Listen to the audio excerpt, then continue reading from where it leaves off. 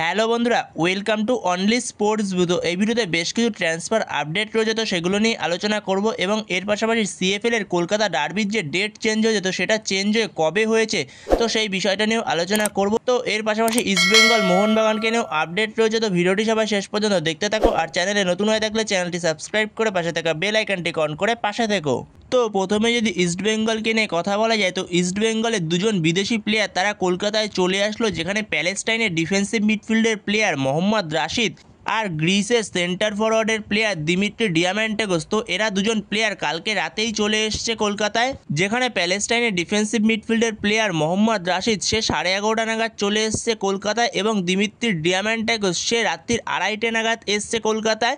তো ইস্টবেঙ্গলের এই দুজন বিদেশি প্লেয়ার কলকাতায় চলে এসছে, তো তারা এবার অনুশীলনেও নেমে পড়বে কিছুটা রেস্ট নিয়ে ডুরান্ড কাপের জন্য। তো এরপরের আপডেটটি হচ্ছে সিএফএল এর কলকাতা ডার্বি নিয়ে। তো সিএফএল এর কলকাতা ডার্বির ডেট ছিল 19শে জুলাই, তো সেখানে 19শে জুলাই সিএফএল এর কলকাতা ডার্বি নিয়ে একটু সমস্যা হচ্ছিল, তো যেখানে সিএফএল এর কলকাতা ডার্বিটা হবে কল্যাণী স্টেডিয়ামে, তো সেই কারণে ডেটটা পিছিয়ে 26শে জুলাই করা হয়েছে। তো 26শে জুলাই কল্যাণী স্টেডিয়ামেই হবে কলকাতা ডার্বিটা, যেখানে 10,000 সমর্থককে নিয়ে কল্যাণী স্টেডিয়ামে অনুষ্ঠিত হবে কলকাতা ডার্বিটা।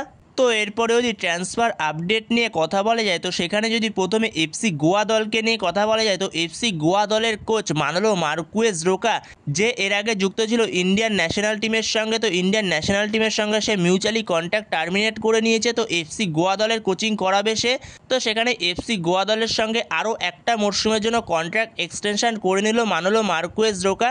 তো এফসি গোয়া দলেই থাকতে চলেছে আরও একটা মরশুমের জন্য মানলো মার্কুয়েজ রোকা হেড কোচ হিসেবে।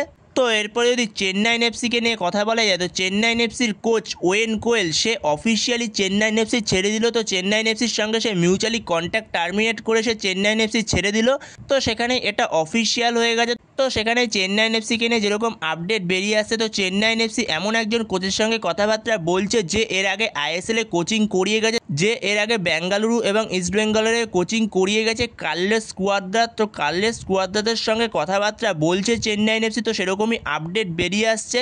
তো সেখানে কার্লোস কুয়াদ্রাত সে যথেষ্ট একজন ভালো কোচ, তো সেখানে কার্লোস কুয়াদ্রাতকে যদি নিয়ে আসতে পারে চেন্নাইন এফসি, তো যথেষ্ট ভালো অপশান হবে চেন্নাইন এফসির জন্য।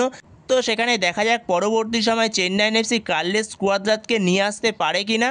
তো এর পরের আপডেটটি হচ্ছে মোহনবাগান দলের প্লেয়ার 20 বছর বয়সী ভারতীয় সেন্টার ফরওয়ার্ডের প্লেয়ার সুয়েল আহমেদ ভাট। তো এই সুয়েল ভাটের মার্কেট ভ্যালু হচ্ছে 40 লক্ষ টাকা। তো সুয়েল ভাট সে যুক্ত ছিল মোহনবাগানের সঙ্গে, তো মোহনবাগানের সঙ্গে তার কন্ট্রাক্ট শেষ হয়ে গেছে 31শে মে 2025-এ।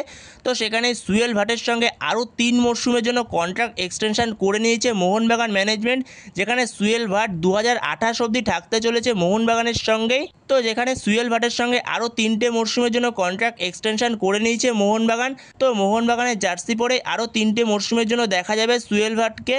তো এরপরের আপডেটটি হচ্ছে 20 বছর বয়সী ভারতীয় লেফট ব্যাকের প্লেয়ার সুমিত রাতি, যার মার্কেট ভ্যালু 20 লক্ষ টাকা। তো এই সুমিত রাতি সে আগের সিজনে মোহনবাগান ছেড়ে নর্থ ইস্ট ইউনাইটেড এফসিতে যোগ দিয়েছিল, তো নর্থ ইস্ট ইউনাইটেড এফসিতেও সে ঠিকঠাক গেম টাইম পায়নি, যেখানে মোহনবাগানে গেম টাইম পাচ্ছিল না বলে সে নর্থ ইস্টে যোগ দিয়েছিল, যেখানে সে নর্থ ইস্টেও ঠিকঠাক গেম টাইম পায় না। তো সেখানে সুমিত রাতি সে নর্থ ইস্টকেও অফিসিয়ালি থ্যাংক ইউ জানিয়ে দিয়েছে। তো সেখানে দেখা যাক সুমিত রাতি পরবর্তী সময় কোন ক্লাবে জয়েন করে। তো পরবর্তী সময় এবারে আপডেট পেলে অবশ্যই তোমাদের সাথে তখন শেয়ার করে দেবো। তো এরপরে যদি মোহনবাগানের সিনিয়র দল কবে থেকে প্র্যাকটিসে নামবে, তো সেই বিষয়ে যদি কথা বলা যায়, তো সেখানে মোহনবাগানের সিনিয়র দল তারা আগস্টের ফার্স্ট উইক অথবা সেকেন্ড উইক থেকে তারা অনুশীলনে নেমে পড়বে। তো এরপরের আপডেটটা হচ্ছে 27 বছর বয়সী জর্ডানের সেন্টার ব্যাক হিজাজি মায়ের। তো এই হিজাজি মায়ের তার মার্কেট ভ্যালু 1.6 কোটি টাকা। তো এই হিজাজি মায়ের সে সেন্টার ব্যাকের পাশাপাশি লেফট ব্যাকেও খেলতে পারে। তো সে আগের সিজনে যুক্ত ছিল ইস্টবেঙ্গলের সঙ্গে, তো সে ইস্টবেঙ্গল ছেড়ে জর্ডানের ফার্স্ট ডিভিশন একটা ক্লাবে সে যোগ দিল 3 বছরের চুক্তিতে, যেখানে 2028 সাল অবধি সে জর্ডানের এই ক্লাবটার সঙ্গেই যুক্ত থাকবে। তো বন্ধুরা এই ভিডিওতে এই পর্যন্তই। তো এই ভিডিওতে এই আপডেটগুলো নিয়ে আলোচনা করার ছিল। তো ভিডিওটি ভালো লাগলে অবশ্যই লাইক শেয়ার সাবস্ক্রাইব করতে ভুলো না। তো নেক্সট ভিডিওতে দেখা হচ্ছে, ততক্ষণের জন্য বাই বাই।